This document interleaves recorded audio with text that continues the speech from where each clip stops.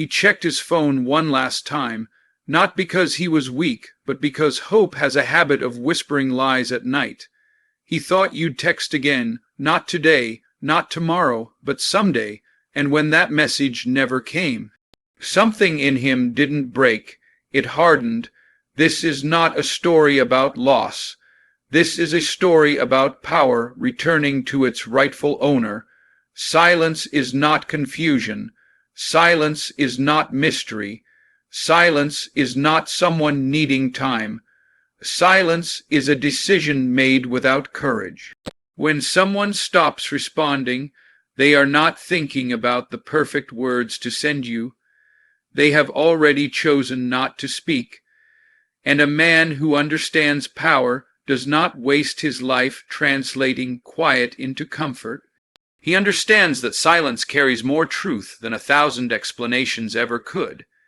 It is the cleanest form of honesty because it requires no effort, no justification, and no performance. Many men struggle here because they were taught that answers bring peace, that if they just understood why, the pain would soften. But silence doesn't exist to be decoded.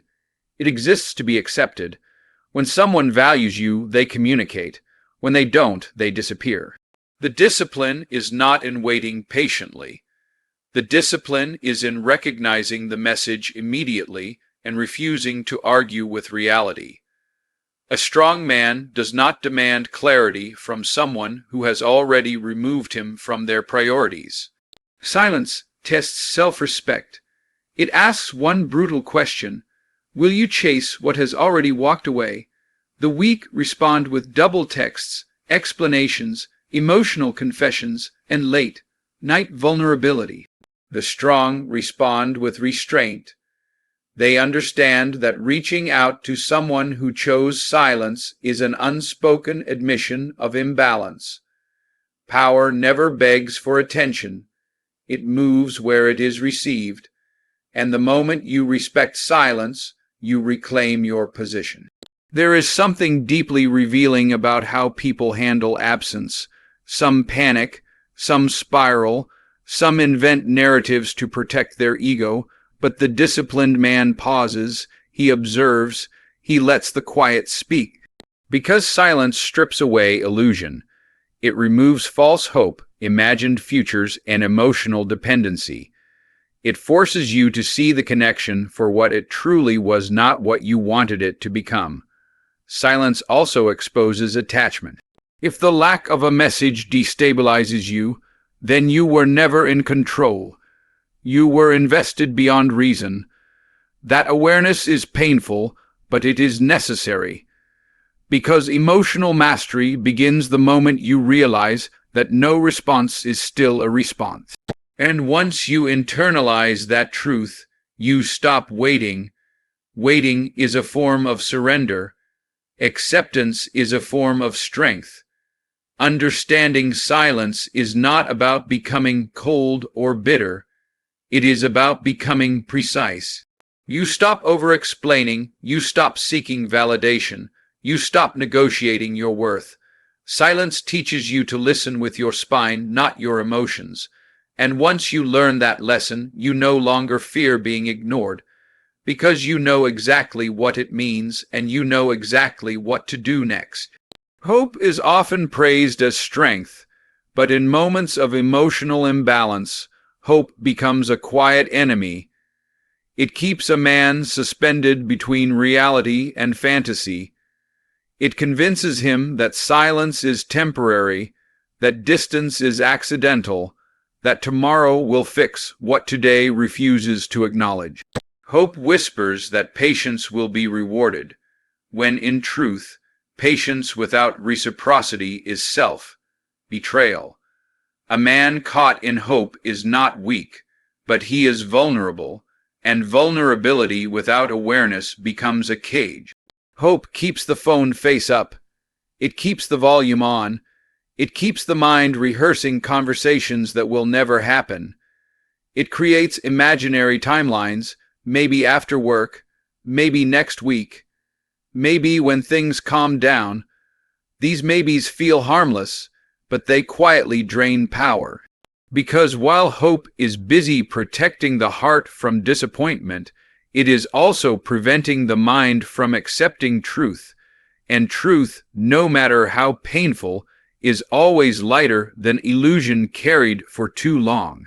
The danger of hope is that it disguises itself as loyalty. A man tells himself he is being understanding, mature, patient, but often he is simply afraid to let go of an emotional investment that once made him feel alive. Hope convinces him that walking away means losing something valuable, when in reality, staying attached to uncertainty is what costs him peace. Discipline is not the absence of feeling. It is the refusal to let feeling override self-respect. Hope delays growth. As long as a man believes the door might reopen, he stands still. He doesn't fully detach. He doesn't fully move forward. He exists in a half state, emotionally unavailable to new possibilities and mentally enslaved to an old one. This limbo is exhausting. It erodes confidence quietly, not in dramatic breakdowns, but in subtle ways: lowered standards, slower ambition, distracted focus. Hope, when misplaced, turns potential into pause. There comes a moment when hope must die not violently, but deliberately. This is not bitterness, it is clarity. The man finally admits that no message is coming, not because the other person is busy, confused, or healing, but because they have chosen a different direction. This realization hurts, but it also frees, because the energy once spent waiting can finally be reclaimed. Hope collapses, and in its place rises acceptance. Calm, heavy, grounding.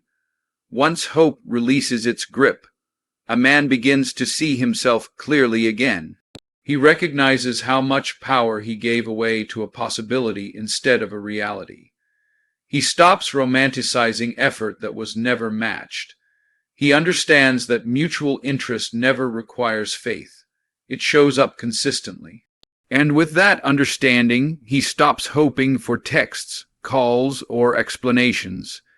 He starts expecting alignment instead. Where there is no alignment, there is no access. Hope is only useful when it is balanced by evidence. Without evidence, hope becomes denial. A disciplined man does not build his emotional world on maybes. He builds it on patterns, actions, and consistency. When those disappear, he doesn't cling to hope. He lets it go. Not because he lacks heart, but because he values his time, his focus, and his future more than a fantasy that refuses to materialize. When the silence stretched longer than comfort, he felt the pull to explain himself, to clarify, to remind that instinct wasn't weakness, it was conditioning. Most men are taught that persistence proves value, that effort earns affection, that if you just say the right words, things can be repaired. But there is a line where effort turns into erosion, and crossing that line costs a man something far more valuable than connection: his self-respect. He understood that begging does not restore attraction, it destroys it. Every unnecessary message, every emotional explanation, every attempt to be understood communicates the same thing: imbalance. It says, I need this more than you do. Power does not live in that position. So instead of chasing reassurance, he chose restraint. He let the silence remain unanswered, not as a tactic, but as a boundary. Withdrawal was not punishment, it was alignment. There is strength in stepping back without drama. No final speech, no emotional closure, no demand for understanding, just absence, because absence, when done with intention, restores dignity. He didn't vanish to provoke a reaction. He withdrew to protect his center. He recognized that his presence had value, and if it was no longer appreciated, it would no longer be offered freely. Withdrawal forces honesty. It removes the safety net of constant availability. When a man stops reaching, he stops negotiating his worth. He allows the other person to experience life without his attention, his support, his consistency. Whether they notice or not becomes irrelevant. The act itself is about reclaiming authority over where his energy goes. Energy is currency, and he stopped overspending it where returns were non-existent. This withdrawal was not impulsive. It was deliberate. He didn't act from anger or ego. He acted from awareness. He realized that continuing to pursue someone who had emotionally exited was a form of self-abandonment. So he chose himself quietly, no announcements, no ultimatums, just a recalibration of focus. The loudest statement he made was his silence. In that distance, something shifted internally. His nervous system settled. His thoughts slowed, the urgency dissolved. Without constant emotional output, clarity returned. He could finally see the situation without distortion. He saw how much effort he had been carrying alone, how much he had been compensating, and how little was actually required from him once he stopped trying to force reciprocity. Withdrawing is not about pride. It is about preservation. A man who knows when to step back protects his future self. He does not cling to what resists him. He does not argue with indifference. He simply removes access, and in doing so, he sends a message not outward, but inward. I will not abandon myself to keep someone else comfortable.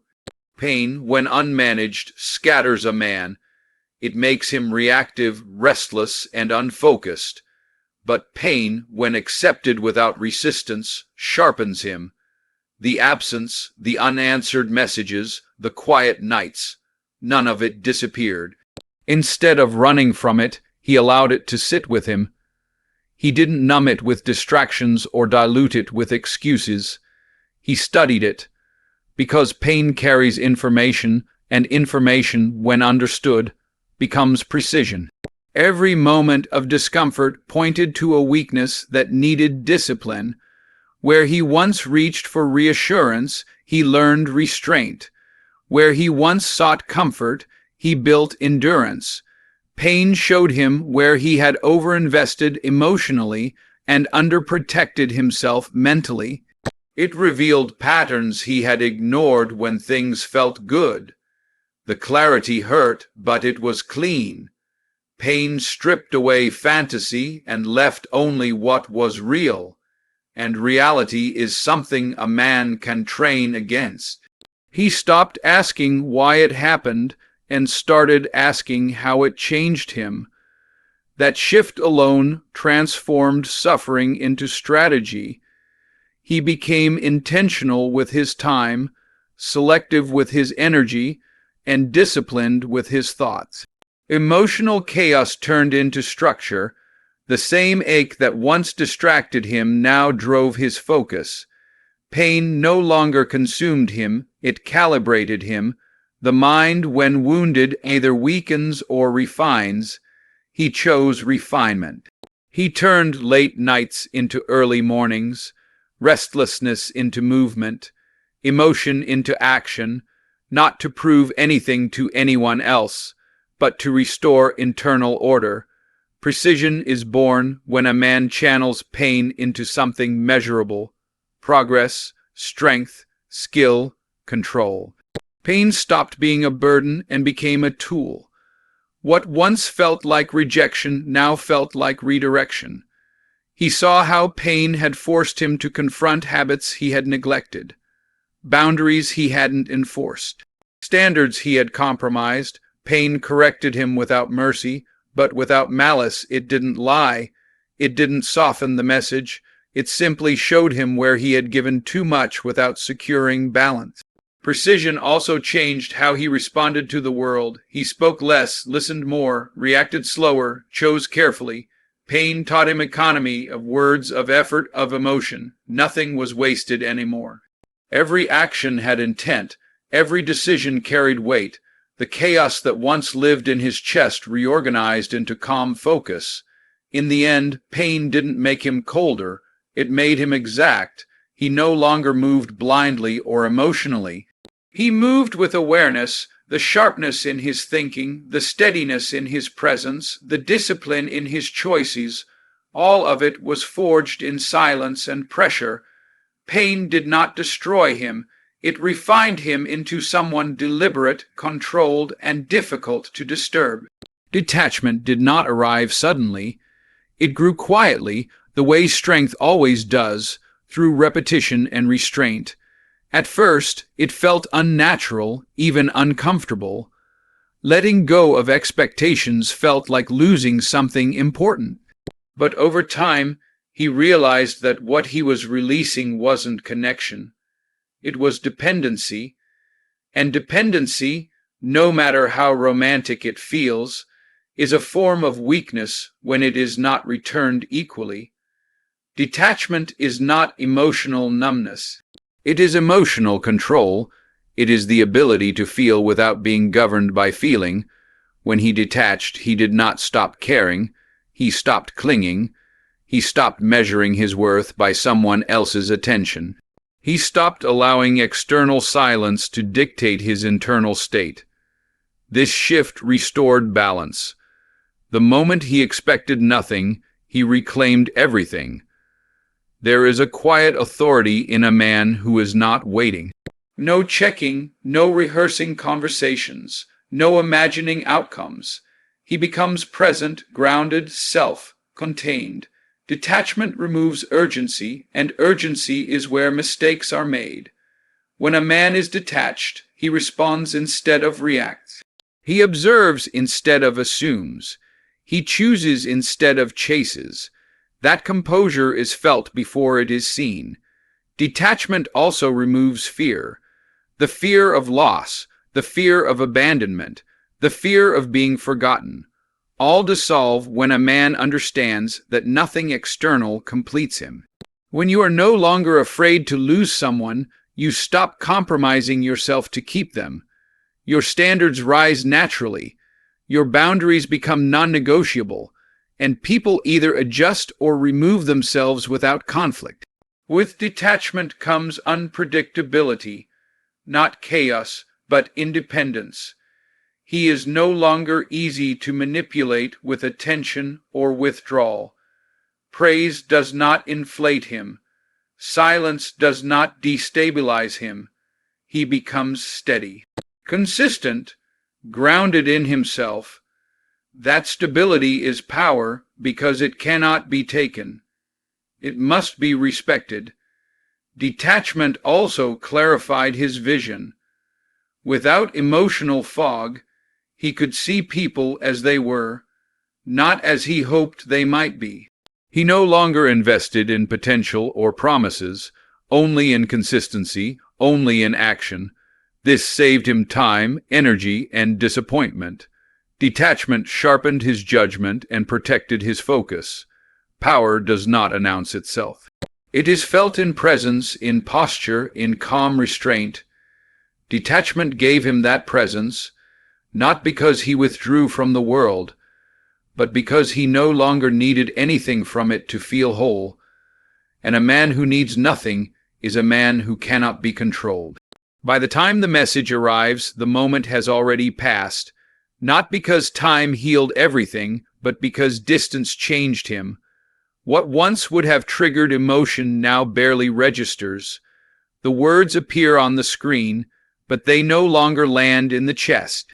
There is no rush, no spike of adrenaline, no need to respond immediately, not out of strategy, out of genuine disinterest.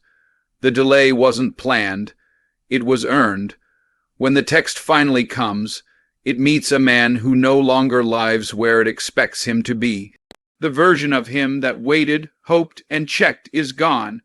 In its place stands someone quieter, steadier, and far less accessible. He doesn't feel victorious. He doesn't feel resentful. He feels neutral.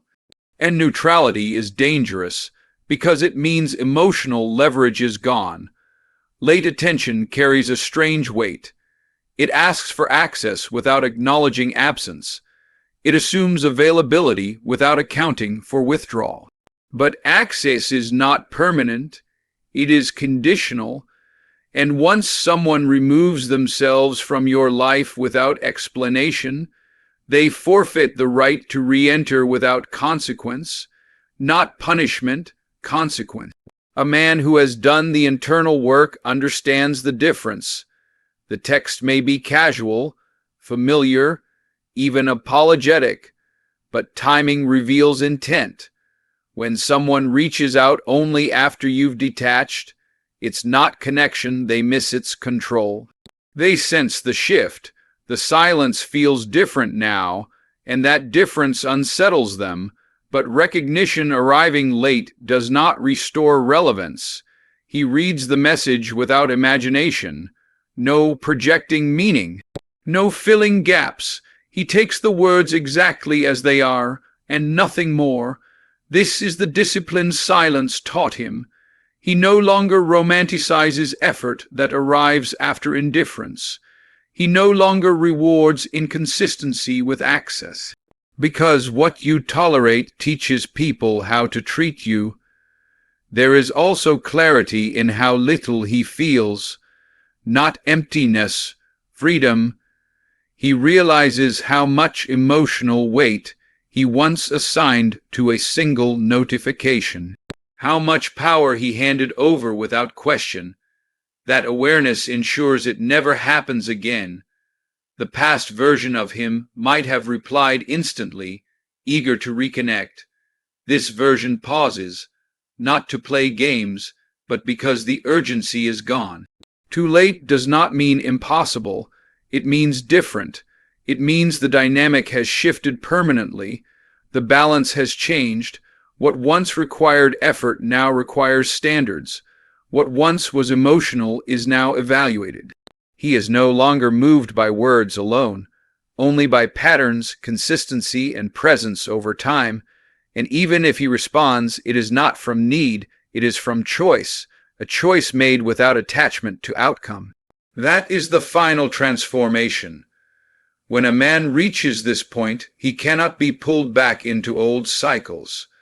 The door may open slightly, but it no longer leads to the same room. He thought you'd text again. And when you didn't, he learned the most important lesson. His worth is not dictated by attention, and his energy is not a currency for others to spend carelessly. He doesn't resent, he doesn't wait. He doesn't chase. Silence, absence, and rejection no longer weaken him. They sharpen him. Every unanswered message, every night spent wondering, every ounce of hope misplaced. They all became tools to rebuild, refine, and reclaim his focus. Because a man who respects himself cannot be shaken by what he cannot control. He moves forward calmly, deliberately, and without apology. And that is the true power of dark masculine energy, to stand unshaken when others falter, to walk away when respect is absent, and to reclaim every piece of himself that he once surrendered. The message is clear. Do not wait for validation, do not bend for attention, and never chase what has already chosen silence. Power belongs to the man who understands this, and once you reach that point, nothing, not words, not promises, not regret, can ever touch you again.